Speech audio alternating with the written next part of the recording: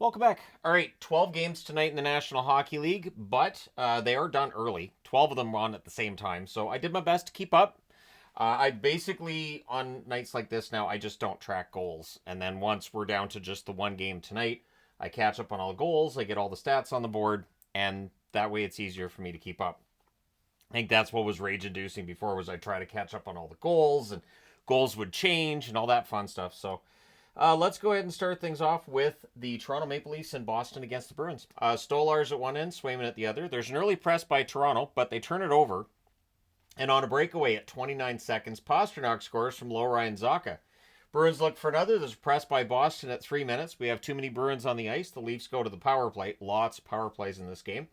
The shots are 7-4 for Boston at 7.5 minutes. They did kill off that Leafs power play. Leafs press with 9.5 minutes left. We then get a power play for Boston, and Marchand buries one from the doorstep to make it 2-0 Boston. Pastrnak and Lohrei with the assists at 13:59. The Leafs go back to the power play. That's killed off. There's a press by Toronto with 2 minutes left. It's 2-0 Boston after one. Second period. Ekman Larson and Wotherspoon are unfriendly. The Bruins get a power play. That's killed off. The Bruins go back to the power play, so they kill that one off as well. The Leafs press at 8 minutes. Eventually, Boston gets another power play, and at exactly the halfway mark of the game, they make it 3-0. Geeky scores from Lindholm and Marchand. So Boston's in a laugher. Zacha nearly adds another. The shots are 7-3 Boston with 9.5 minutes left. Nice to Matthews. That play gets picked off at the net. But then at 13:52, Morgan Rielly scores to get Toronto on the board. Nyes and Ekman Larson with the assists. Boston goes back to the power play. That's killed off. 2:38 left. Boston gets another power play. That becomes 4-on-4. During the power play for Toronto, there's a post for Marchand, shorthanded, but it's 3-1 Boston after two. Third period, 1:04 left in the power play for Toronto to start it. And near the end at 59 seconds, Marner gets the power play goal. Tavares and Rielly with the assists. Suddenly it's 3-2. Leafs look to tie it. There's a press by Toronto 4 minutes into the period. The shots are 4-1 for Toronto at 6.5 minutes, and at 6:40 on a rush, Robertson scores. Rielly and Stolarz with the assists. Suddenly it's a 3-3 tie. The Bruins look to respond. Also want to mention, too, for Robertson, 10 of his 11 goals scored this season have been on the road.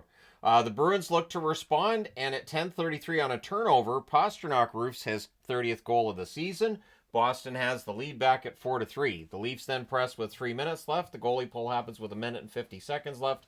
At 19:14, Holmberg ties the game at 4. Robertson and Ekman Larson with the assists. So we're going to overtime. The Bruins control, the Leafs steal. There's a USA chant, which is kind of odd because Pasternak's not American and Marchand's Canadian. And at any rate, Matthews is American, so maybe they were trying to give him some confidence. Nyes has a wrister that's held, and then at 4:08, sure enough, on a breakaway, Marner scores for Toronto. Matthews and Rielly with the assists, so it worked. Matthews got on the scoreboard, and a 5-4 overtime win for Toronto. They go to 36-20-2 with the win. With the overtime loss, Boston 27-24-8. It hurts their playoff chances yet again with other action that happened tonight. 3 stars are Pastrnak, Marchand, and Rielly.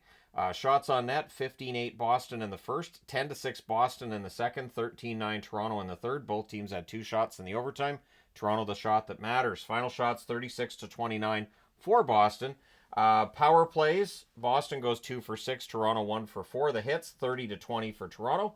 Stolarz, 32 saves on 36 shots. Swayman, rough night, 24 saves on 29 shots. All right, next up. Anaheim in Buffalo against the Sabres. It's Dostal versus Luukkonen. There's a power play for the Ducks. Becomes a 5-on-3, and at 3:05 on the 5-on-3, McTavish goes short side on a tic-tac-toe play. Lacombe and Terry with the assists. Anaheim up 1-0. The Sabres kill off the 5-on-4. In fact, the shots are 4-1 Buffalo at 7 minutes. So the Ducks only had 1 shot, but it went in the net. Good forechecking by the Sabres. Cousins fires one wide from the slot. Things get pushed in a hold by Dostal. Sabres press with 8 minutes left. We get a power play for Buffalo. That's killed off. We get 2 minutes of 4-on-4, or would have, but it becomes a 4-on-3 power play for the Ducks. Things get pushed in a hold by UPL. Strome then has a fight with Krebs during that as well. There's an extra 2 minutes for Krebs, so this is during that power play. It becomes 28 seconds of 4-on-4. Everything gets killed off. It's 1-0 Anaheim after 1. Second period. Early press by the Sabres. We get a power play for the Ducks. There's a shorthanded rush by McLeod. which is unsuccessful. And then at 4:58 during that power play, Leo Carlson scores. Minchukov and Lundestrom with the assists. It's 2-0 Anaheim. Shots are 3-2 for the Sabres at 7.5 minutes. Dumoulin has a shot that's blocked and cleared. The Ducks are controlling the pace at this point in the game. The teams then trade rushes. We get a power play for Buffalo. That's killed off. The Ducks press in the final 30 seconds, and there's Boo Birds at the horn. It's 2-0 for Anaheim after 2. However, a minute and 56 seconds into the third period, Buffalo gets on the score sheet. Peterka buries a cross-ice pass from the right circle. Cousins and Power with the assists. Shots are 7-2 Buffalo at 5 minutes. The Ducks just did not have it in that third period.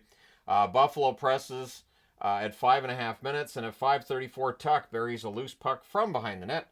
Cousins with the assist, so now it's 3-2. Sabres look for the lead, and they get it. At 9:31, Jokiharju scores from Quinn and Cousins. So huge comeback for Buffalo here. The Ducks press to respond. The shots were listed as 19-4 for Buffalo with 4.5 minutes left, but at least one of the shots gets taken back. Goalie pull happens with 2:05 left. Things get pushy on a hold by Luukkonen. Ducks call a timeout with 1:26 left. Whatever they discussed does not work. Buffalo wins 3-2. They go to 24-27-5 with the win. With the loss, the Ducks 25-25-7. Just cannot get 2 games above 500. Your 3 stars, Cousins, Jokiharju, and Tuck. Shots on net, 10-5 Buffalo in the first, 7 apiece in the second, 18-6 Buffalo in the third. Final shots, 35-18 for Buffalo. Power plays, Anaheim 2 for 4. They did not get anything 5-on-5. Buffalo 0 for 3. They only scored 5-on-5. The hits, 33-26 Buffalo. Dostal saves 32 out of 35. Luukkonen saves 16 out of 18. All right, next up, Carolina and Montreal. Bit of a surprise in this one. So it's Anderson versus Montembeault. Strong forechecking by Carolina. The Canes press at 2 minutes. The shots are 1 apiece 4 minutes in. The Habs press are kept to the outside, but then at 8:05, Slafkovsky tips in a point shot to open the scoring for Montreal. Struble and Suzuki with the assists. The shots are 4-3 for Carolina with 9.5 minutes left. Matheson has a one-timer that's caught and held. Gostisbehere has a shot that's blocked. The Habs rush. We get a power play for Carolina. That leads to a shorthanded rush by Dvorak. That power play is killed off. And then at 17:37, Laine puts one in. It goes actually in off Rantanen's stick. Carrier and Newhook with the assists. It's 2-0 for Montreal. With 1:42 left, there's a Habs power play. That leads to a shorthanded rush by Jarvis. And it stays 2-0 after the first period. So to start the second period, the Canes finish the kill. Carolina then gets some pressure 2 minutes in. We get a power play for the Habs. That becomes a 5-on-3. Carolina does kill that off. The Habs go back to the power play, and they score on this one. It's Suzuki from Laine and Caulfield at 10:04. So that makes it a 3-0 score. Stahl to Martinook, near miss there. The shots are 4-2 for Carolina with 5 minutes left. In this game, shots were at a premium the whole way through. Gallagher has a turnover chance that's blocked. Slavin then has a buzzer beater that's saved. It's 3-0 Montreal after 2. Third period, Dvorak has a net feed that's picked off. We get a power play for Carolina. That's killed off. Shots are 4-1 for Carolina, 5.5 minutes in. Stahl to Robinson, near miss there. Habs press at 9 minutes. We get a post for Heineman.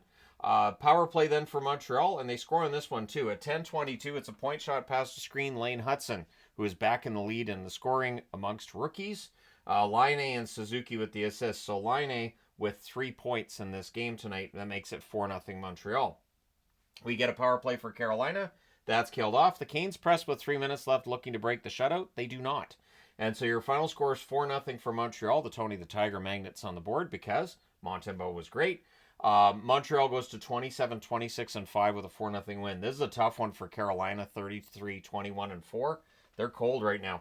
3 stars are Suzuki, Montembeault, and Laine. Shots on net, 8-5 Montreal in the first, 6-2 Carolina in the second, 9-8 Carolina in the third. Final shots 20-18 for the Hurricanes.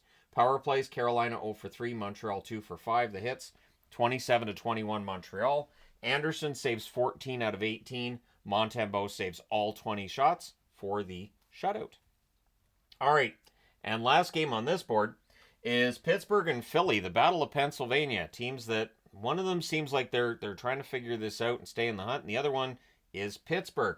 So it's Nedeljkovic versus Ersson. Early jump for the Penguins. In fact, the shots are 2-0 for Pittsburgh at 3 minutes, but at 3:56, on a one-timer from the left circle, wrist to line, and opens the scoring for Philadelphia.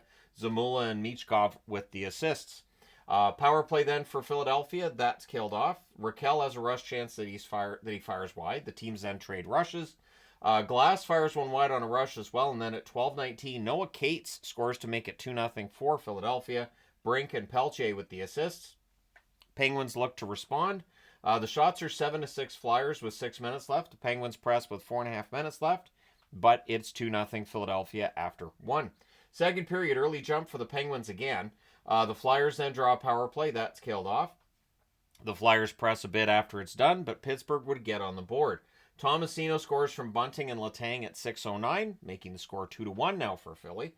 Shots are 7-4 Pittsburgh at 7.5 minutes. Hathaway's then denied, and he takes a penalty shortly thereafter. So Pittsburgh to the power play, which Philadelphia kills off.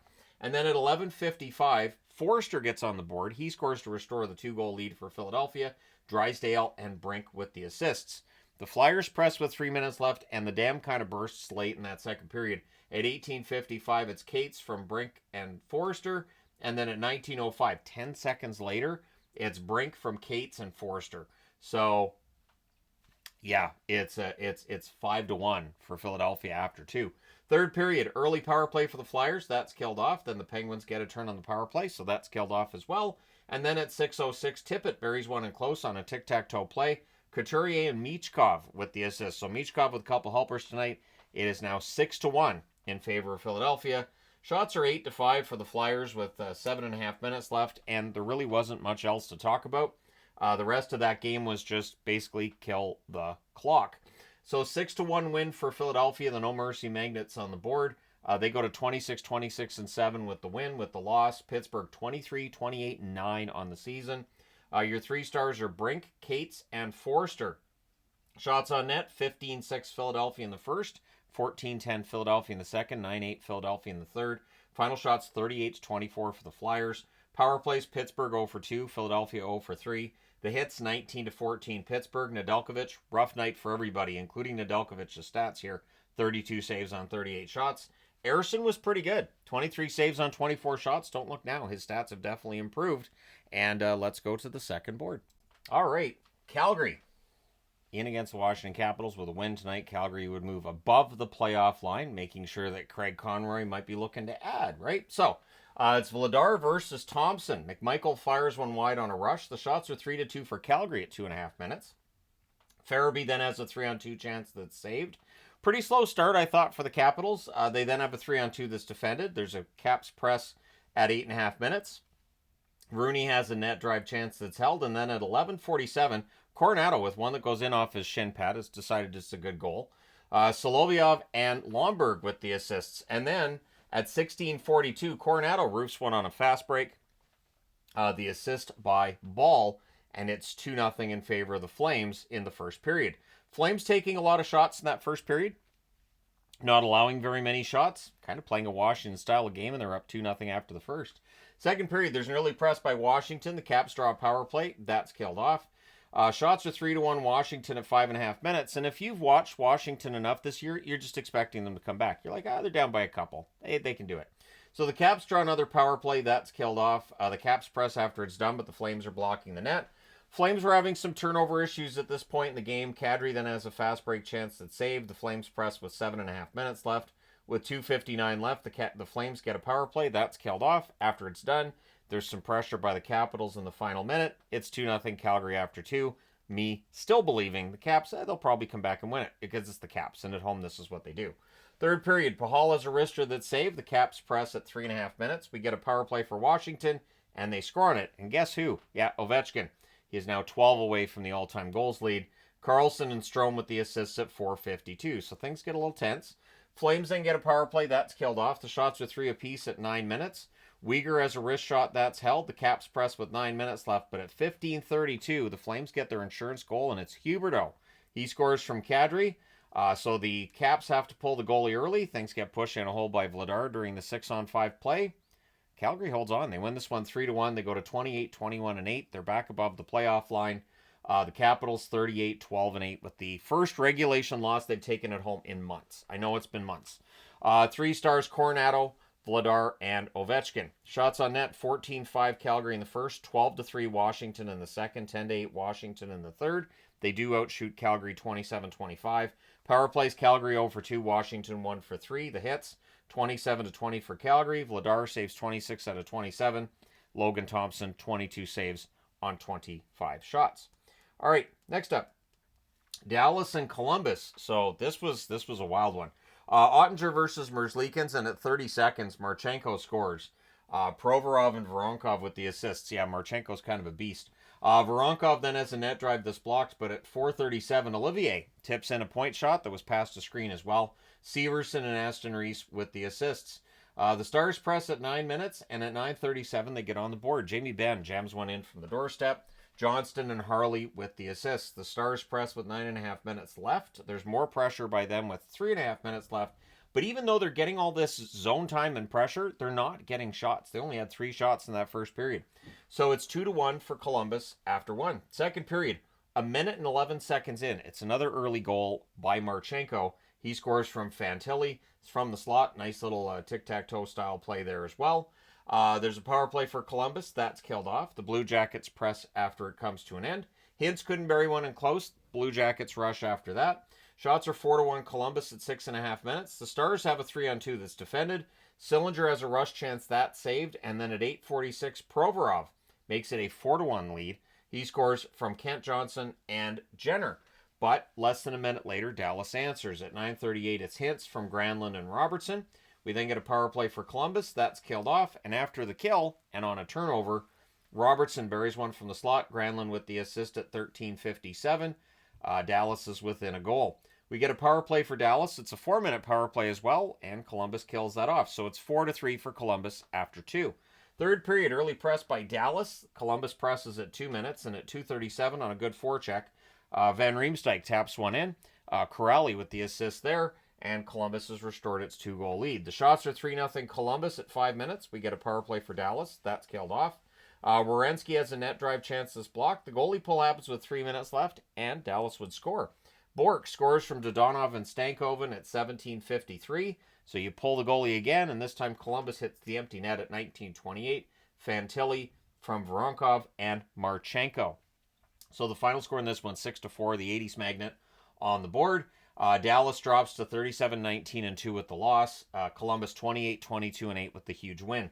Your 3 stars are Marchenko, Provorov, and Fantilli. Shots on net, 8-3 Columbus in the first, 16-12 Columbus in the second, 8-5 Dallas in the third. Final shots, 29-23 Columbus. Power plays, Dallas 0 for 3, Columbus 0 for 2. The hits, 21-10 for Columbus. Ottinger saves 23 out of 28. Merzlikins saves 19 out of 23. All right, next up. The Oilers and Tampa. Skinner versus Vasilevsky. Asimon has a rush chance that saves. Shots are 3 apiece at 3 minutes. Oilers press at 4 minutes. A net feed to Gonsalves gets picked off. Shots are 6 apiece at the half. We then get a power play for Edmonton, and they score on it. Draisaitl goes far corner. It was a nice pass by McDavid to set it up. Bouchard with the other assist at 11:53. It's 1-0 Oilers. Tampa looks to respond, and they do. At 13:11 on a turnover rush, Asimont gets it from Gonsalves, so now it's a 1-1 tie.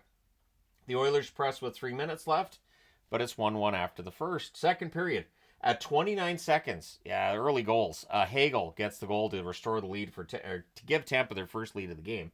Gergensons and Cirelli with the assist. The Bolts press at 1.5 minutes. There's more pressure by Tampa at 4 minutes.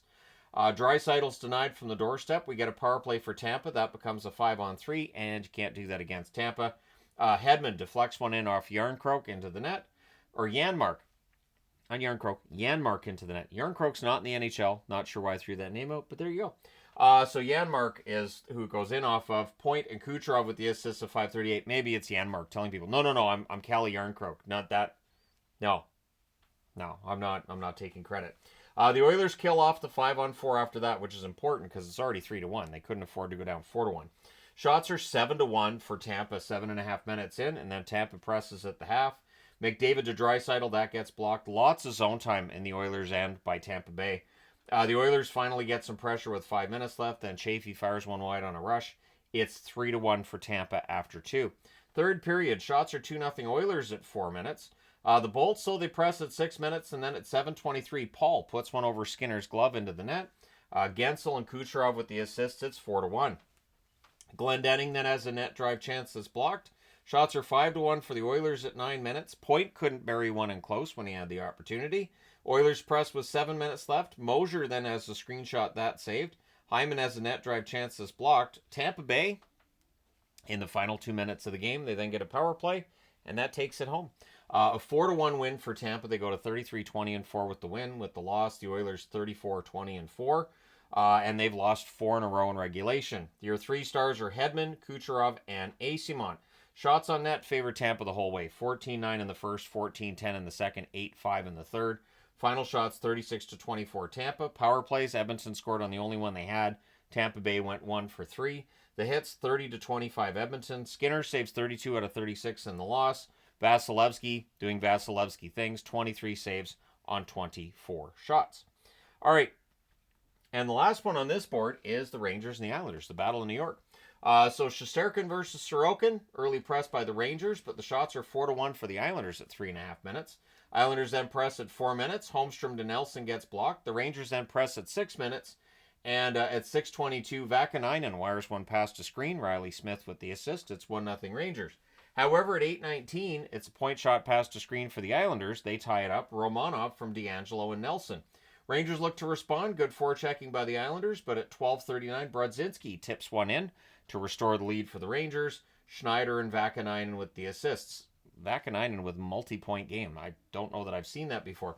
The Islanders press with 4.5 minutes left, but at 19:12, on what was only the 5th shot of the game for the Rangers to get their 3rd goal, it's Brodzinski with his 2nd goal of the first period. Fox and Lindgren with the assists. It's 3-1 Rangers after 1. So we go to the 2nd period. The Islanders press at 3 minutes. Pellick's denied. The Rangers clear.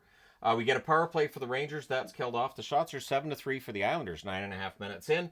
But at 11:21, JT Miller goes 5-hole from the left circle, and high up in the left circle, you need a save there. The assist to Zibanejad and Vakanainen.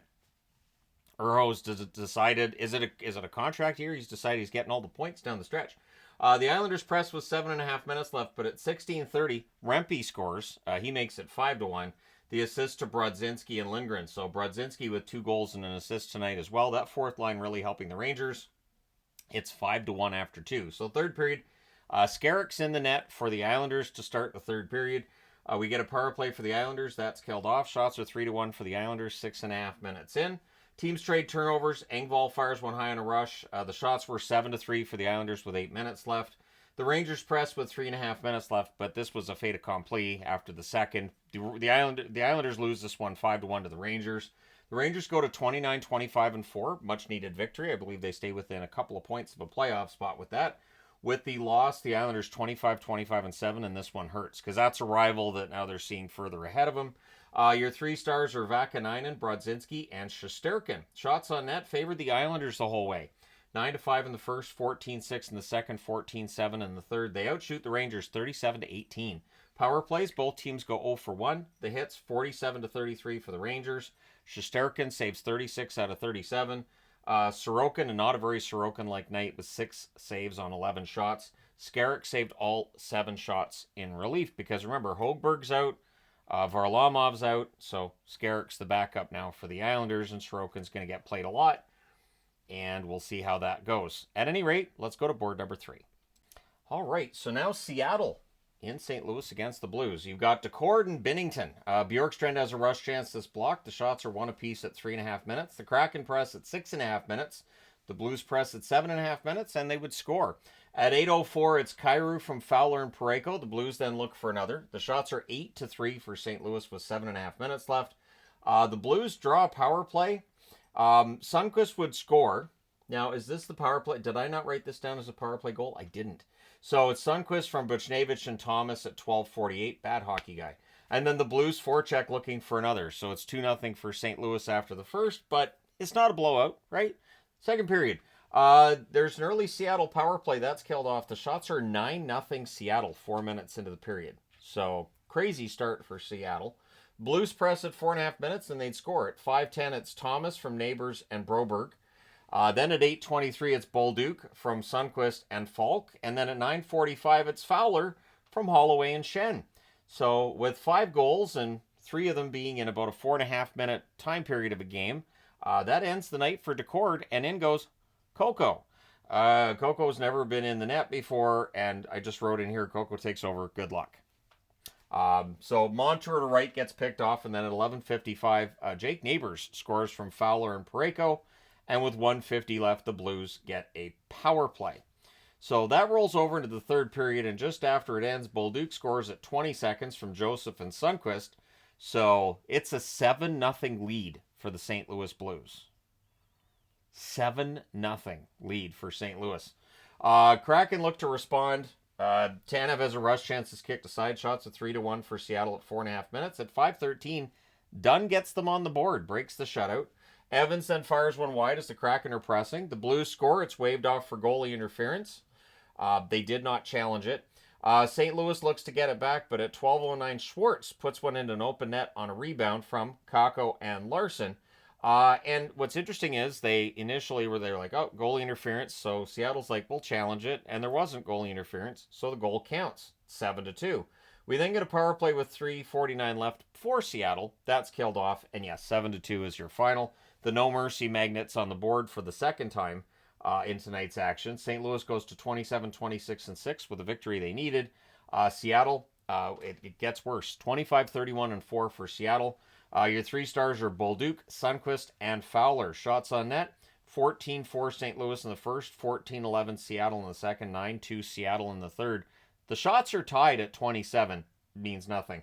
Power play, Seattle 0 for 2, St. Louis 1 for 2. The hits, 18 apiece. Decord, 16 saves on 21 shots. Coco saved 4 out of 6 in relief. Binnington, 25 saves on 27 shots. So, yeah, pretty big win for St. Louis, and we'll see if they can build on it. That's where they've had a problem this year. All right, next up, Florida and Nashville. And this game went on for a while. Why was this game so slow? Like, I was watching all these games, I'm like, this one is so much slower. And I don't know if it's just a lot of chattering between whistles, but man. Knight versus Saros, there's an early power play for the Panthers, and they score on it. Bennett from Reinhart and Barkov at 1 minute and 23 seconds. The Preds then get a power play. That's killed off. Shots at 3-2 Nashville at 5.5 minutes. We get a power play for Florida. That's killed off. And with 1:32 left, Florida gets their third power play. So that rolls over into the second period. That penalty is then killed the rest of the way by Nashville. We then had a fight between Gadjevich and McCarron. The shots are 2-0 Preds at 2.5 minutes. At 4:21, Sordoff gets his first National Hockey League goal to make it 2-0. Boquist and Mikkola with the assists. Panthers look for another. Reinhart has a net drive chance that's held. We get a power play for Nashville. That's killed off. Florida then gets a power play. That's killed off as well. The Panthers press with 4.5 minutes left. They're up 2-0 after 2 periods of play. Third period, things get pushy on a hold by Saros. Good forechecking by the Panthers. And there's a press by Nashville at 3.5 minutes, but they don't get to the net. The only shot on net 4 minutes in is by Florida. But at 4.5 minutes, McCarron buries a rebound and close. Sissons and Smith with the assists. Panthers look to respond. We get power play number 5 for Florida. We then had a fight between Bennett and Cole Smith during that power play, and then Nashville finishes the kill. The shots are 4-3 Panthers at 8 minutes, and at 9:02, Gustav Forsling scores from Ekblad and Barkov. That makes it 3-1. Panthers press with 6.5 minutes left. Florida scores, but there's a goalie interference challenge, and yep, that comes off the board. Then there's a press by Nashville with 5 minutes left. We get 2 minutes of 4-on-4, and early in it at 15:34 on a turnover, Samiskevich scores, Bennett with the assist. So 4-on-4 goal, they get it back. It's a 4-1 lead, and that's your final. Florida goes to 35-21-3. They keep pace with Toronto and stay a point ahead. Nashville 20-30-7 with the loss. Their playoff odds are just it's not there. Your 3 stars are Sordoff, Knight, and Cole Smith. Shots on net, 11-7 Florida in the first, 7-5 Nashville in the second, 9-5 Florida in the third. Final shots 25-19 in favor of Florida. Power plays, Florida 1 for 5, Nashville 0 for 2. The hits 19-14 Nashville. Spencer Knight 18 saves on 19 shots. Saros 21 saves on 25 shots. All right, next up. Detroit and Minnesota. So Detroit was looking for a measure of revenge on Minnesota after the Minnesota comeback victory in Detroit just a little bit ago. Talbot versus Gustafson. Shots are 3-0 Detroit at 4 minutes. Wings press at 4.5 minutes. We get a power play for the Wild. Boldy's denied. The Wings clear. And then at 7:17, Rossi scores on that power play from Boldy and Spurgeon. Halfway through the period, the shots are 6 apiece. And at 11:11, Lauko, who just returned to action, scores to make it 2-0 for Minnesota. Shore and Trennan with the assists. The Wings would press with a minute and a half left. I thought the Wings had a good period. They were just behind 2-0 after one. Second period, Raymond's denied on a 2-on-1 rush. We then get a power play for Minnesota. That's killed off. Wings press at 5.5 minutes. We then get a power play for Detroit. And after it's done at 10:40 or 10:12, I should say, Tarasenko scores to make it 2-1.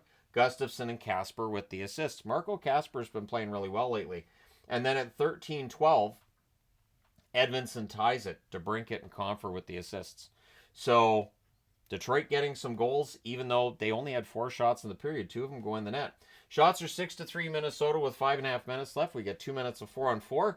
And then late in that period, Foligno has a slapper that's caught and held. It's 2-2 after 2. Third period, early press by the Wild. The Wings get pinned down a bit, but they block the net pretty well there. Trennan fans on one. The Wings clear. Shots are 4-0 for Minnesota at 5 minutes. The Wings press at 7 minutes. And then at 11:35, Edvinsson goes posting in from the left circle. Johansson and Soderblom with the assists, so that gives Detroit their first lead of the game at 3-2. The Wild press with 5.5 minutes left. Confer fires one high on a turnover. The goalie pull happens with 2 minutes left. The Wings ice the puck with 32 seconds left. The Wild call a timeout. Whatever they discussed does not fix things. Detroit with a big 3-2 win in Minnesota. They go to 30-22-6 with the win. With the loss, Minnesota 34-20-4. It does look like Detroit's going to make the playoffs. 3 stars, Edvinsson, Spurgeon, and Larkin. Shots on net, 9-7 Detroit in the first, 7-4 Minnesota in the second, 10-3 Minnesota in the third. Final shots, 24-16 for Minnesota. Power plays, Detroit 0 for 1. Minnesota 1 for 2. The hits, 25-21 for Detroit. Talbot saves 22 out of 24. Gustafson, rough night, 13 saves on 16 shots for Philip Gustafson. All right, and last game of the night, Chicago and Utah. So, Utah needing the win. Chicago trying to play the spoiler role. Soderblom versus Vejmelka. There's an early power play for Utah. That's killed off. Shots are 2 apiece at 6.5 minutes. Utah presses at 8 minutes. McBain fires one high on a net drive. We get a power play for Utah. That's killed off. And then Chicago gets a power play and they score on it. Jones wires one from Donato and Teravainen at 13:34. Utah then goes back to the power play. That's killed off as well. It's 1-0 Chicago after the first. But what have they said about Chicago with the lead? It doesn't matter. Second period, Mata breaks up a 2-on-1. The shots are 1 apiece at 3.5 minutes. Utah presses at 5.5 minutes. The Hawks are blocking the net pretty well at this point. Schmaltz has a net feed that's picked off. Cooley fires one wide on a net drive. We get a power play for Utah. Gunther has a shot that's sticked aside. Then there's a shorthanded rush by Nazar. That chance is held. That power play is killed off. We get a power play for Chicago. Things get pushed and hold by Vejmelka, but that power play is killed off as well. We get 2 minutes of 4-on-4. Kirkoni has a rush chance. That's held. Utah's building some momentum late, and they would score. At 19:16, Keller buries a loose puck from the doorstep. Kesselring and Cooley with the assists. It's a 1-1 tie after 2. Third period. Murphy has a shot that's saved. The Utah Hockey Club clears it out. Utah with some pressure at 1.5 minutes. Keller has a near miss. The Hawks clear it. The shots are 4-2 Utah at 6 minutes of play. The Hawks press at 6.5 minutes. Utah draws a power play. That's killed off. There's a press by Utah after it ends. And then at 12:12, Krause buries a backhand. It's his first in a while, I think. But yeah, that makes it 2-1. Doan and Motto with the assists. I use the actual goal magnets for Utah tonight because I only have 3 of them. So I was like, I don't know. I don't know if they're going to score 3. So at any rate, makes it 2-1 on the backhand by Krause. Stanlund's tonight as Utah looks for another. Utah was really in full control of this game, though. The Hawks call a timeout with 1:54 left. They would also pull the goaltender, and they were not able to generate a tying goal. Utah wins this one 2-1. They go to 26-24-9 with the win. With the loss, Chicago 17-34-7. So rough season for Chicago. 3 stars, Krause, Keller, and Kerfoot. Shots on net, 8-5 Utah in the first, 14-11 Utah in the second, 14-6 Utah in the third. Final shots 36-22 for Utah. Power plays, Chicago 1 for 2, Utah 0 for 5. The hits 28-23 for Chicago. Soderblom's win-loss record is god-awful, but he's a very good goaltender. I feel bad for him at this stage of the season. 34 saves on 36 shots. Vejmelka saved 21 out of 22 at the other end. So there you go. You're all caught up on tonight's action. Let me know your thoughts in the comment section below as always. Don't forget to hit like and subscribe in the event you may not have done so already. Busy night, but I did my best to keep up. And thank you guys so much for all your support. It's greatly appreciated.